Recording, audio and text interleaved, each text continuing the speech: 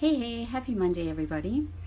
I was going to do a reading for you today, and then I thought, no, I'm going to do a pep talk instead. And particularly, this pep talk is for the helpers, because I have a lot of helpers in my community and a lot of helpers in my following. So whether you are a coach, a therapist, a counselor, somatic practitioner, holistic wellness practitioner, massage therapist, maybe you're a teacher, a yoga teacher, maybe you're managing a group of people, maybe you're assisting the manager, or you're providing services as some kind of assistant, or you're a mama or a papa, or you're caring for aging parents. This post is for you because I wanted to acknowledge you. You know, pre-COVID, as a helper myself, things that were going on for our clients or our kids or our students were already there. People already had challenges that they were facing, whether it was grief or trauma or postpartum or addiction or whatever their dysregulation, breakups, divorce, whatever was going on, it was already going on. And we all know that when you're in a stressful container and you add stress to it, how intense that container then becomes.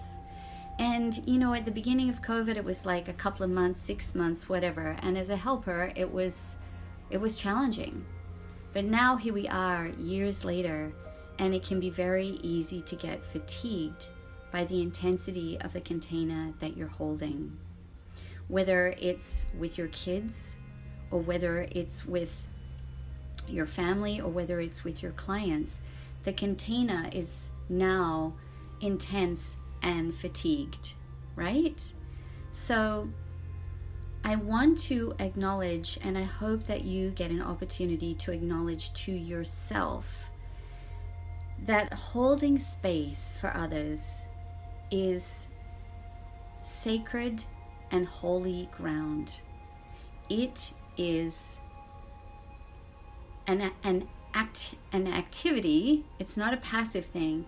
It's an activity where we are holding a rooted, grounded, regulated space, where in our vision and in our heart, we are holding in faith and trust the best version, the most regulated, sovereign, truest version of our clients or students, whoever possible.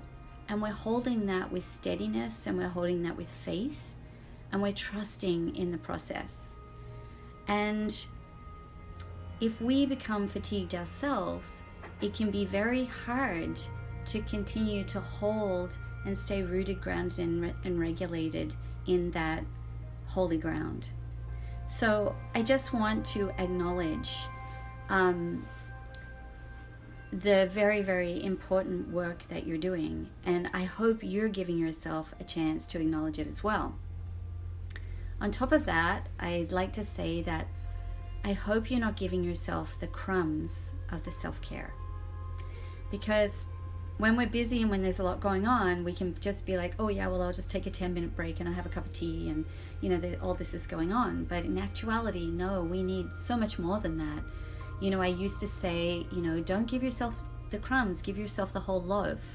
Now I say, don't give yourself the crumbs, give yourself the best possible cake ever.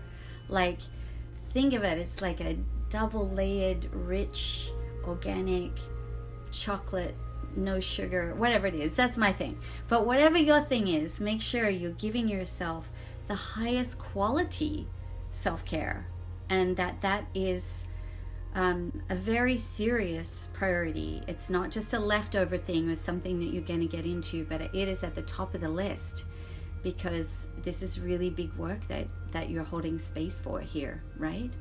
The other thing is that I hope that you're really leaning in. You're leaning into your, you know, clinical supervisors or your spiritual advisors, your community of helpers, your own teachers, that you're leaning into them and you're making the most of their presence in your life, and that you're also have support in your life to be able to acknowledge the wins, right? Because when we can't do that, it's really, really, really hard. And I have a couple of colleagues in my life where, you know, every now and then at the end of the week, we leave each other a voice message with our wins for our clients, right? Now, we're not mentioning names, we're holding the anonymity and the confidentiality of the container. But sometimes, as you likely know, you have to really sit down and notice, really put things under a microscope to be able to see the growth and the changes and the progress that clients are making. Or you really have to step out of something to be able to see these amazing magical things that your kids did. So I hope that you have people and spaces in your world where you get to acknowledge and put your work under the microscope in a good way, so that you can see the space, the magical bubble that you're holding for people to be able to do their work. So from my heart to yours, I just want to acknowledge that it is tough, it is fatiguing, but you got this. And don't give yourself the crumbs of the self-care. Lean into your community, and thank you. Thank you so much for showing up as a helper in the world. Have a great week. Bye.